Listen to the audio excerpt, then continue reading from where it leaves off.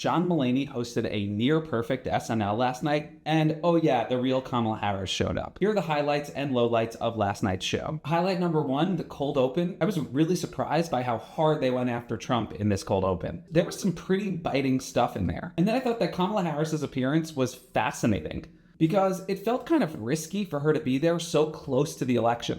Like, if it went poorly, that would not be good for her image. But in terms of performing comedy and having screen presence, I thought she did all right. In the end, they treated her with kid gloves, which I guess was to be expected. Then Mulaney's monologue I thought was fantastic. It had several laugh out loud act outs and turns of phrase, as per usual with his stand-up. Then the first sketch, What's That Name? Michael Longfellow was really funny in this as the game show host, and I thought Tim Kaine really made it work. There was some great heightening going on, and a ton of brilliant turns, and I guess it balanced out the more left-leaning political open as it took shots at liberals. Then we got a midnight matinee from Dan Booya, who is just crushing it this season. This was another piece with a ton of comedic turns, and actually a shocking amount of pathos. Bottom line, Beppo is a legend. Then the Port Authority Dwayne Reed sketch. They keep doing this sketch with John Mulaney, and somehow it works every single time. I thought the costumes were delightful, as was Marcello and Chloe Fineman's Timothy Chalamet. And then speaking of Marcello, his appearance with Jade Wickline on Update was hilarious. Getting those two together was just genius. Just great balancing their energies there. And then the Harvey Epstein pre-tape at the end of the show. It was a nice little kicker with good heightening, and the earrings were a nice touch. So the only misses in this episode for me was Family Bonds, which had a good Keenan performance, but building an entire sketch around a Little Richard impression